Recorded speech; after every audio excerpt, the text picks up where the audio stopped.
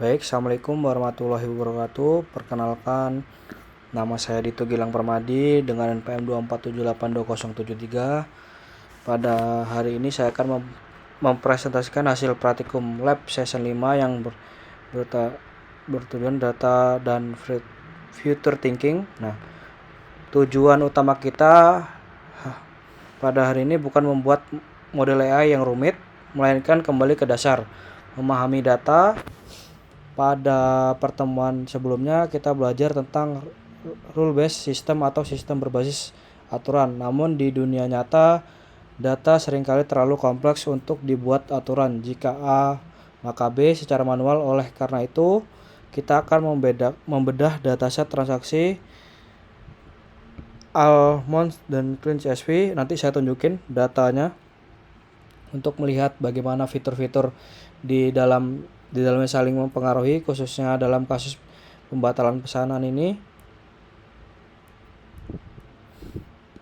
Nah, kita masukin dulu ya datanya.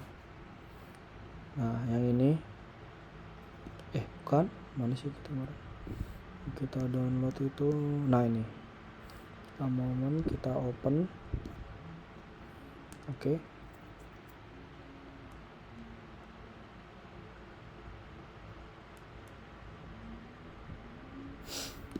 Udah masuk ya. Nah, langkah pertama itu kita disuruh menggunakan import panda as.pd dan import numpy as.np. Saya memuat dataset dengan perintah pd read csv ya. Coba kita misalnya kita show. Nah, dia muncul kan. Ini ada coba kita lihat di 5 baris pertama ini ya. Kita melihat ada ID pesanan, jumlah produk, terus total ini, terus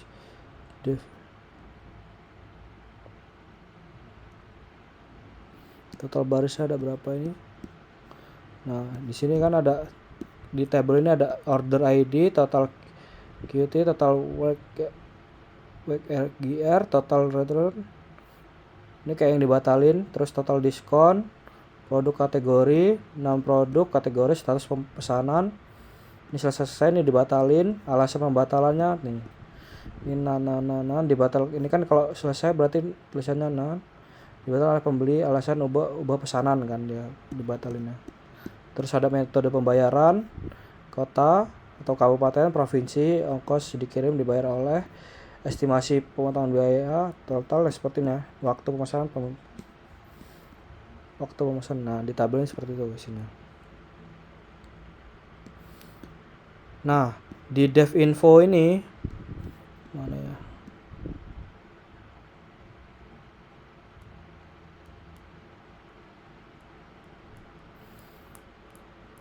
Kita tahu bahwa dataset ini cukup besar, yaitu 20.848 baris. Nah, mengapa jumlah ini penting? Karena semakin banyak data, semakin kuat validitas statik dari pola yang kita temukan. Kayak ini kan saya udah buat dikelompokin kan, dia kayak ngelompok gitu kan, kayak ID total. Nah, di kolom status pesanan mana ya? Kolom status pesanan, kita ingin mencari tahu apakah yang membedakan pesanan komplit dan canceled. Nah, fitur numeriknya tuh kayak total pembayaran dan ongkos kirim. Total pembayaran? Total dan sama di ongkos kirim ya. Variabel ini bisa kita hitung rata-ratanya misalnya. Nah, fitur kategori kayak metode pembayaran sama provinsi. Metode pembayaran sama provinsi ya. Adalah variabel yang akan kita gunakan untuk mengelompokkan satu segmen nanti ya. Terus kita ke bagian div data processing atau fitur kreatif ya. Ini kan barisan nih segini nih. Kalau kita yang ini terus yang ini nih, totalkan diskon nanti di atas tadi.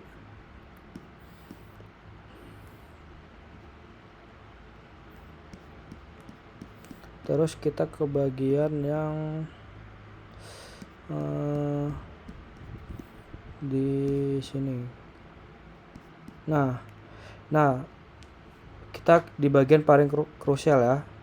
Fitur engineering komputer tidak mengerti teks batal, jadi saya membuat fitur is cancelled dengan nilai 1 untuk batal dan 0 untuk selesai. Begitu juga dengan is COD. Is COD mana is COD? Ini is COD juga kita lihat. Nah, perhatikan fitur hornya mana ya?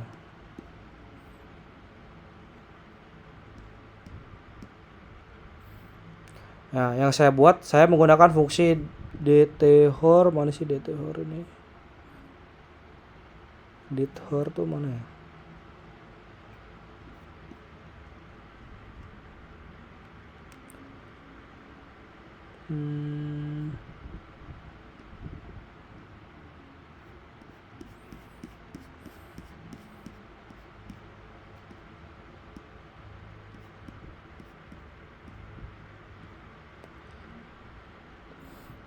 Dari kelompok kolom waktu, kenapa jam itu penting? Ada teori impulsive buying, orang cenderung belanja tanpa pikir panjang di malam hari, yang akhirnya berujung pembatalan di pagi harinya. Terus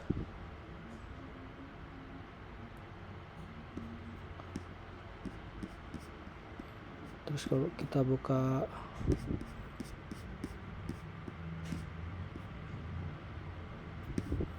yang mana sih?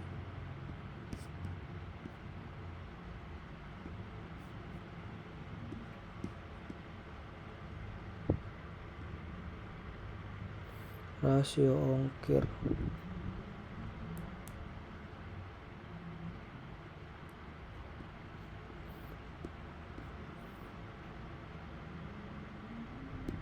Oke, kita lanjut lagi di bagian yang di ini ya, bagian ganti nama NPM ini. Sampai sampai sini CSV ini. Nah, saya mendefinisikan variabel NPM agar nama file output nanti otomatis sesuai instruksi yang mau di soal lab session 5 itu. Nanti dia akan jadi data processed 24782073 CSV seperti NPM saya. Nah, is cancelled itu komputer butuh angka, saya menggunakan fungsi lambda untuk mengubah status yang ini. Untuk mengubah status cancelled menjadi angka 1, batal, dan lainnya menjadi 0. Ini memudahkan perhitungan rata-rata nantinya. Is COD, saya melakukan teknik string meshing. Jika ada kata-kata COD di metode pembayaran, saya beri nilai 1. Ini hipotesis pertama saya COD lebih sering batal. Nah, di urusan waktu, data waktu itu sering kali terbaca sebagai teks. Saya gunakan P yang ini di tem ini agar pandas paham ini adalah waktu. Lalu saya ambil jamnya saja menggunakan dthor ini. Nah, terus di rasio ongkir ya. Ini fitur buatan saya ya. Saya membagi ongkir dengan total pembayaran. Mengapa? Karena pembeli biasanya merasa keberatan jika ongkir hampir semahal harga barangnya sendiri. Terus kita ke fitur exposing atau melihat pola.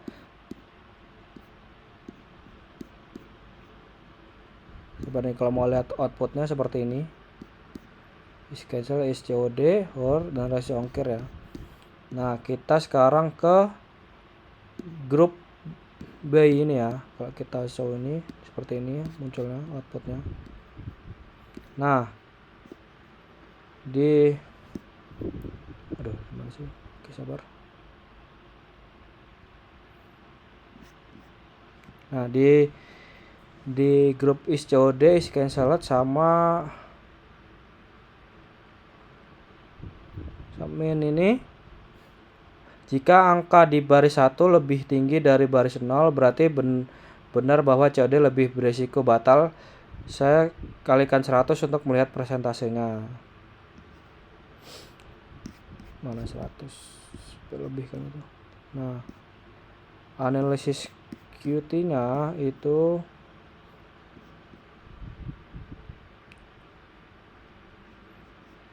ini, analisis QT nya tuh kayak gini. Nah, terus kita cek analisis kita cek juga jumlah barang, apakah orang yang beli banyak lebih jarang membatalkan pesanan. Nah, ternyata enggak ya. Terus analisis. Nah, kita ke bagian dev is COD dan devcat ya. Ini ya, dua ini. Ini berarti dia kebanyakan apa yang di sini? Mau batalin kan? Yang atas ini. Total QT-nya nih. Kita analisis tuh kalau misalnya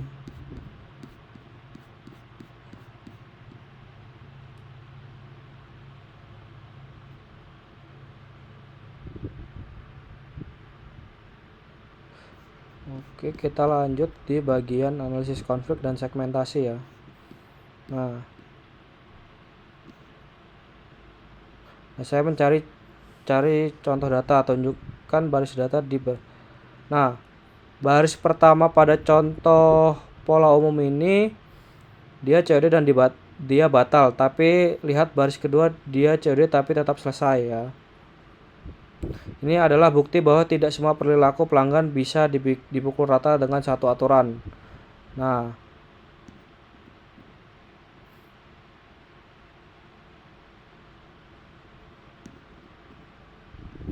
coba nih. Nah, di total QT-nya lagi, saya mengobrolkan total QT menjadi 3 label: eceran, grosir, kecil, dan partai besar. Kita lihat distribusi menggunakan value count. Ternyata paling banyak adalah pembelian eceran ya.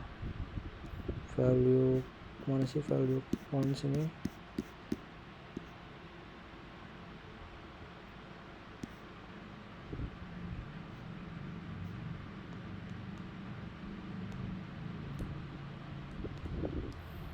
Nah, ini kan seperti ini. Dan sesuai pola nih. Mana ya?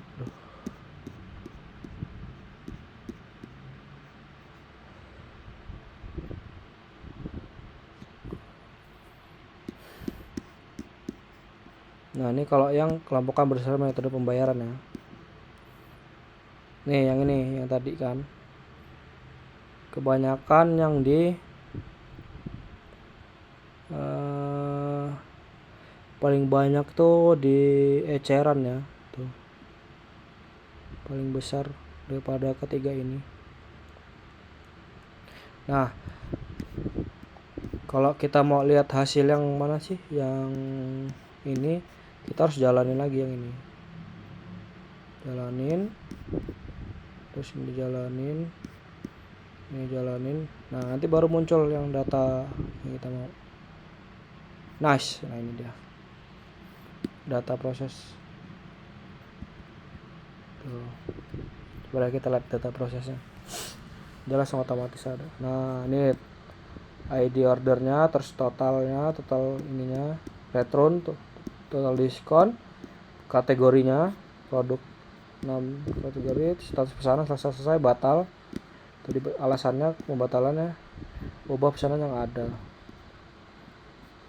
Terus opsi pengiriman, metode pembayaran, kabupaten, kota, provinsi, ongkos kirim, dibayar oleh pembeli, estimasi potongan biaya pengiriman, total pembayaran. Terus ini waktu pesan dibuat, short file is cancelled. Nah, ini 000 semua berarti nggak ada yang dibatalin ya. Nah, dari praktikum ini kita belajar bahwa data mentah perlu diolah menjadi fitur yang bermakna.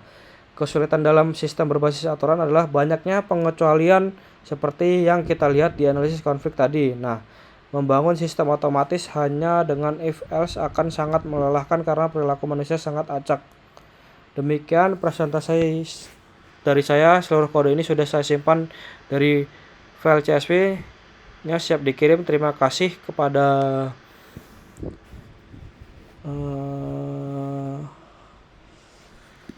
terima kasih untuk sudah menonton video ini.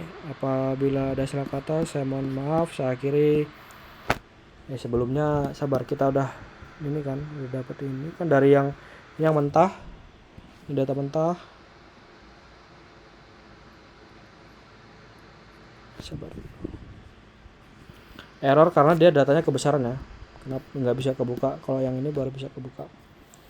Karena kita proses jadi agak lumayan ini kan. Oke. Cukup sekian video dari saya. Saya akhiri. Wassalamualaikum warahmatullahi wabarakatuh.